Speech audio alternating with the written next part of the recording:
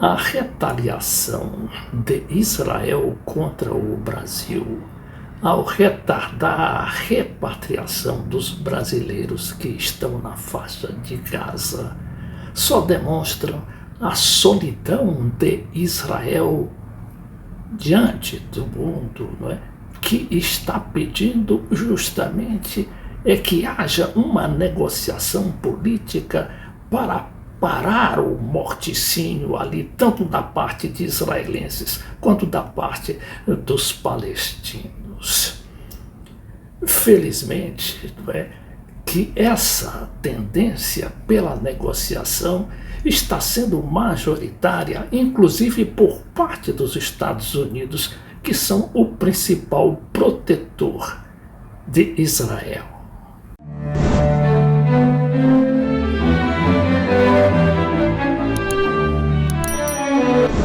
A gente vê aqui essa notícia do site Terra dizendo que governo brasileiro, né, eleva o tom em negociação com Israel para resgatar brasileiro em Gaza. O grupo de 34 pessoas tenta deixar o território palestino pela fronteira com o Egito há mais de 10 dias. A diplomacia brasileira decidiu subir o tom com o governo israelense para a saída do grupo de brasileiros que estão presos na faixa de Gaza. Nesta nova rodada de negociações, os enviados do governo brasileiro levaram o recado a Israel. Se algo acontecer aos brasileiros que estão na zona de conflito, as relações diplomáticas se tornarão insustentáveis. Essas declarações são atribuídas aos principais conselheiros do presidente Lula, à frente dos quais está ali o ex-chanceler Celso Amorim. Hoje, o chanceler atual, o Mauro Vieira, esteve com o presidente e examinou por longo período, todas as implicações desse problema. Agora, antes de a gente examinar o que está acontecendo aí, é bom a gente se colocar no contexto mundial a favor da negociação, de uma negociação ou uma saída negociada para a questão presente, que é justamente a invasão por parte de Israel da faixa de Gaza. O que está acontecendo?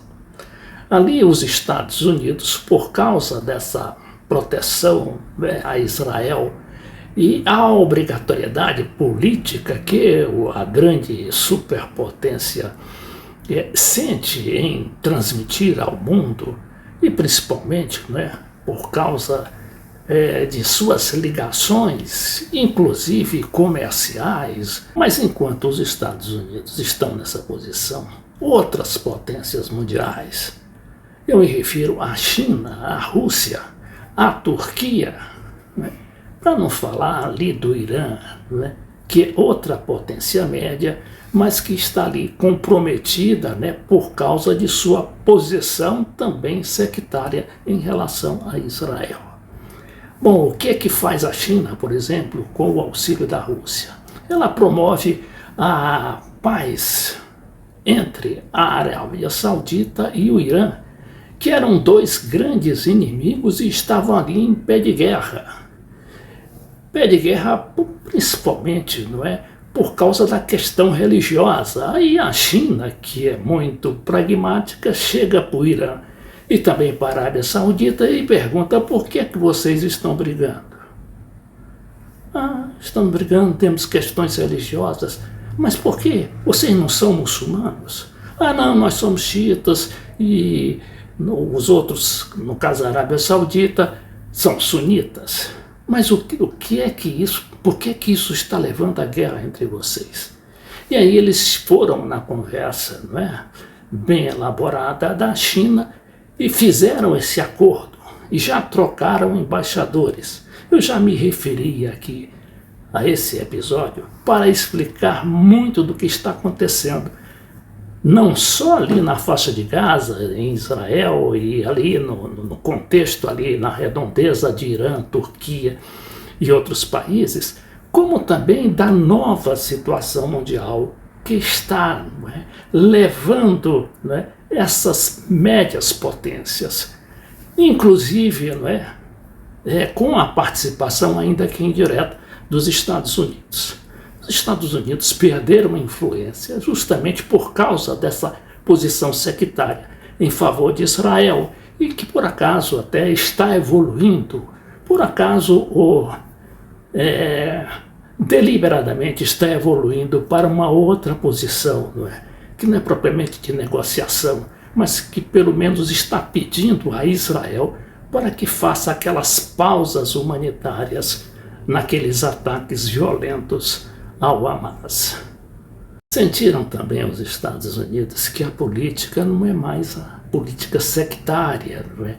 De ali impor, né? Inclusive porque os Estados Unidos já não têm mais assim tanto poder de fogo como tem demonstrado os últimos acontecimentos, né? O armamento da Rússia, o armamento ali da China, a China que ataca os Estados Unidos não só em termos militares, mas também tecnológicos. O mesmo acontecendo com a Rússia, a Turquia ali e o Irã, que está também armado até os dentes com aqueles seus mísseis, né, transcontinentais, com as suas lanchas voadoras que muitas vezes, né, chegaram a espantar alguns daqueles navios potentes dos americanos. Mas voltemos aqui à situação brasileira. Aqui a jornalista Jussara Soares fala sobre essa reunião do presidente Lula com o chanceler Mauro Vieira. O que ela diz? Foi conversado entre o chanceler Mauro Vieira e o presidente Luiz Inácio Lula da Silva. O que a gente tem aqui é que ninguém quer dar muito prazo, ninguém quer entrar muito nos detalhes. Uma outra questão que tem... É o prazo, né? O prazo para a liberação dos brasileiros, para eles saírem da faixa de Gaza e ali, através de Rafah, não é? Entrarem no Egito e lá serem libertados finalmente para voltarem ao Brasil. Só que Israel está muito malandramente, está retendo, como querendo dar um sinal, né? uma retaliação, né? Quer dizer que não concorda com a política brasileira e por isso retalia contra o país, o que é um erro, porque o Brasil tem ali uma posição moderada. O que fez, afinal, o Lula? Só pediu a paz. Enquanto governos mais moderados do que o Lula, né, governo de esquerda, como o do Chile, né, e do Gabriel Boric, ele já recolheu o embaixador, chamou de volta o embaixador do Chile, lá em Israel, justamente em protesto contra esse massacre contra os palestinos. Que tem rondado aqui, ninguém está respondendo no Palácio do Planalto. Quando o presidente Luiz Inácio Lula da Silva vai ele mesmo entrar nessa negociação e fazer os apelos? A gente tem visto que nos mais altos níveis da diplomacia, esses apelos vêm sendo feitos, porém não têm sido atendidos. Fica já um certo constrangimento em dar novos prazos, porque o último que foi dado é esse, como você mencionou, de quarta-feira, que aí teria sido esta quarta-feira, não é? Dia 8 de novembro, né? Que seria, né? Eles estão prometendo, essa não é a primeira vez que prometem liberar os brasileiros, mas quem garante? Porque está inclusive havendo aí, porque houve o fechamento ali de Rafah, não é? Que é a passagem ali para o Egito, durante 2 dias. Então esse prazo teria sido adiado